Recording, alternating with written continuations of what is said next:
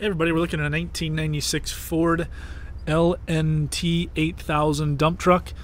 It's got 77,000 miles on it, 76,920 to be exact. 8.3 liter diesel engine. It's got a 4-speed automatic transmission, tandem axle.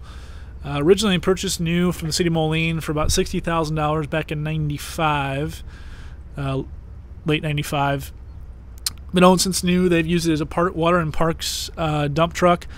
This vehicle does come with a salt spreader. It's a fiberglass chain drive V-box salt spreader, and it also comes with a Gledhill 10-foot plow. Neither have been actually installed on the dump truck. So there's a hydraulic pump is on the dump truck, but there's no hardware or wiring for the hydraulic unit for the plow. This is just a basic, what you saw there before was a basic walk around of the dump truck.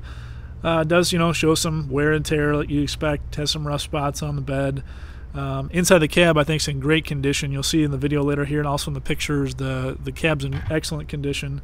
Everything works in the truck. Again, neither of those two accessories have been installed, so there might be some things to accomplish there as far as getting that installed properly.